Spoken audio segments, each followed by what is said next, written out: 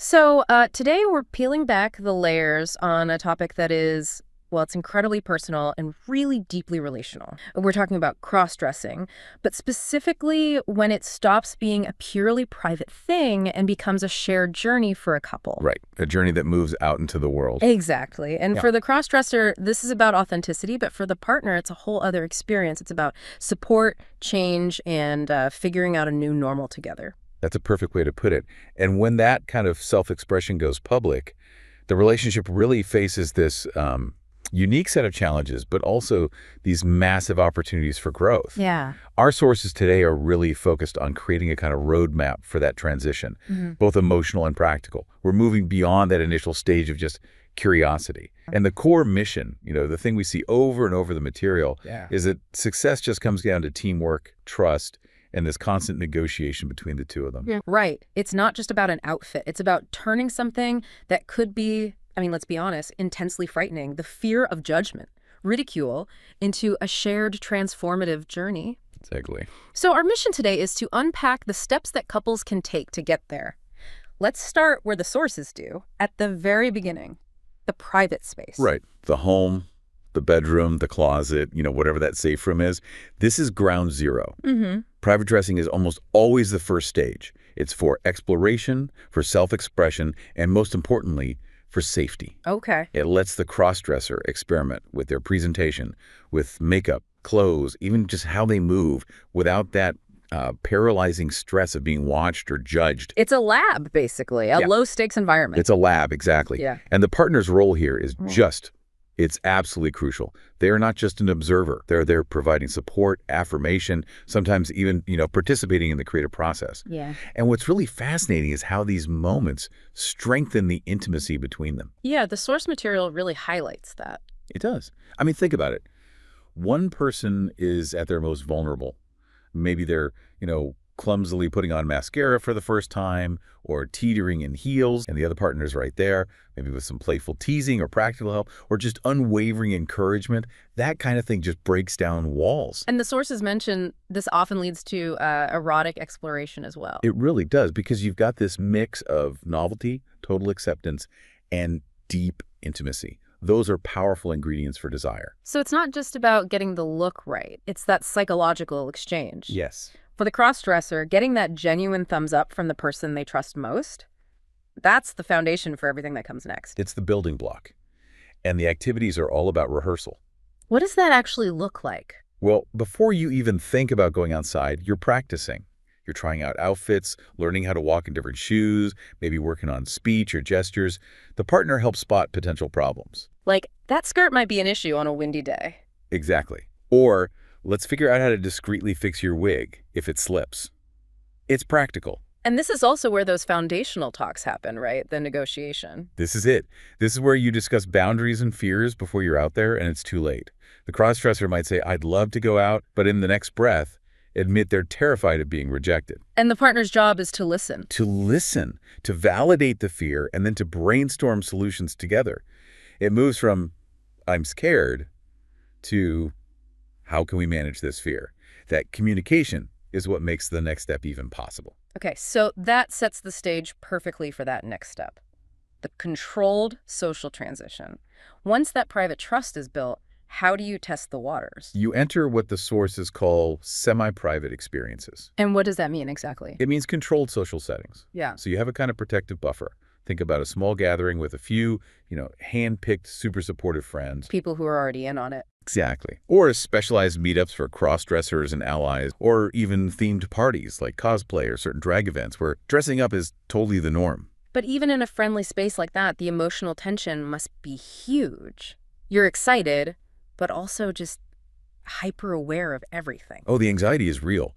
Because even in a trusted group, you worry about gossip or someone accidentally saying the wrong thing or just feeling scrutinized. Right. You're thrilled to be seen, but also terrified of being seen. And this is where the partner's role shifts from helper to what the sources call an emotional anchor. I like that term. What does being an emotional anchor look like in practice? It's the partner constantly reading the room and reading the crossdresser. They're offering that subtle reassurance, a hand on the shoulder, a quick shared glance, or they're handling practical things like adjusting a wig or signaling it's time for a quick break.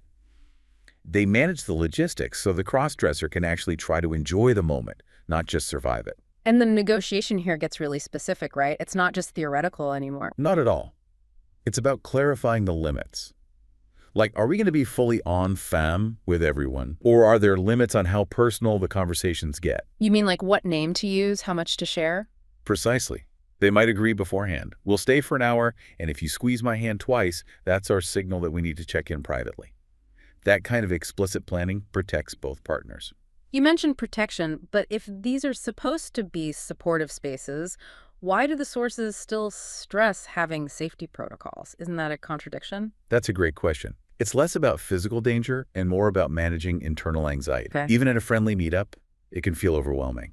So having a plan, a discrete exit strategy, a signal for when you've had enough, it reduces the fear of the unknown. It gives you a sense of control. Once they've mastered that, they've built the confidence for the ultimate test, which is moving into fully public spaces. And that is a significant leap. We're talking about a random coffee shop, a mall, a restaurant. There's no buffer. The risk of confrontation goes way up. It does.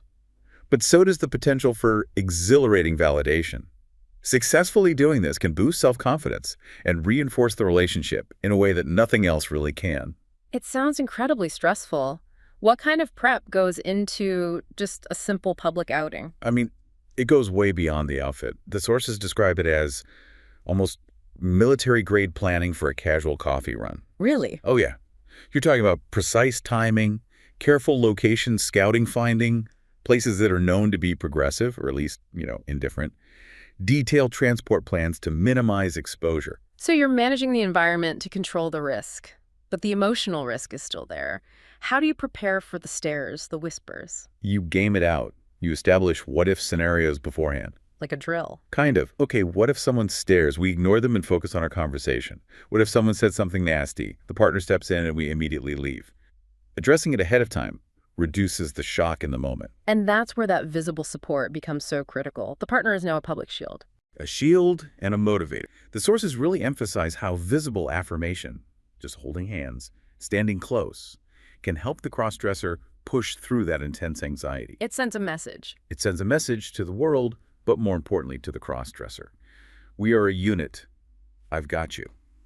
That public validation just deepens the trust immensely. And after that, some couples take it even further. Traveling en femme, that must just amplify every single challenge. It absolutely does. Yeah. You've got unfamiliar environments, different cultural norms, and you're exposed 204/7. If a local cafe took intense planning, imagine airport security. Oh, wow. Or board controls, or just finding a safe place to eat in a city where you don't know the social rules around gender expression. What are some of the hurdles that are unique to travel? Well, beyond the obvious stuff, like your ID not matching your presentation, there's the stress of constant adaptation. You can't rely on your pre-scouted safe spots. You have to think on your feet, together, all the time. But the sources say that if you can pull it off, the reward is huge. It's immense. It builds massive confidence in their communication, their teamwork.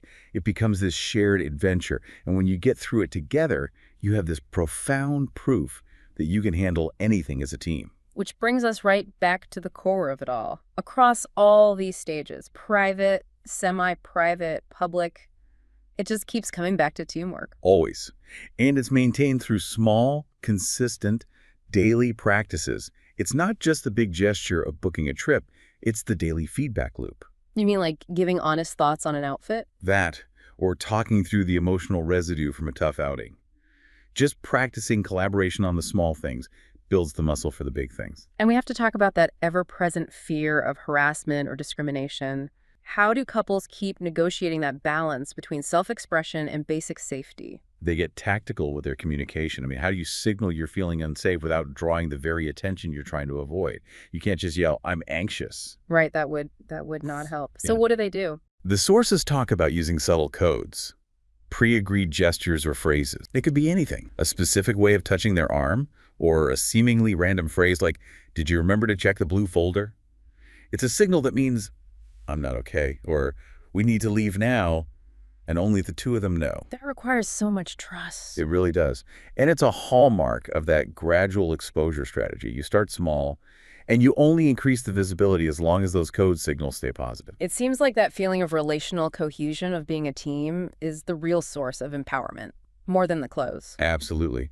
The empowerment doesn't come from the dress. It comes from the safety net the partner provides. When the crossdresser feels fundamentally secure, the experience transforms from something anxious into something joyful.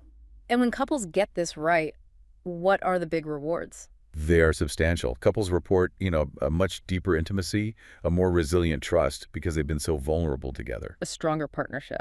A much stronger sense of partnership, yeah. And often, a real surge in erotic energy. It's fueled by that novelty, the playfulness of it all, and the powerful affirmation they give each other. So if we look back at the whole roadmap, the private exploration builds the trust and the skills. The foundation. The semi-private outings test the boundaries in a controlled way, and the public stuff solidifies that confidence. But through it all, the relationship, the communication, that's the engine. That is the key synthesis. This whole thing is so much more than clothes. It's a collaborative project where vulnerability is shared and accepted.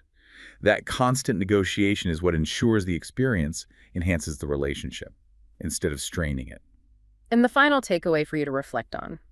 This journey beyond the closet really proves that embracing complexity and celebrating authenticity, even when it feels incredibly risky, can transform something intimidating into a pathway for enduring love and shared adventure.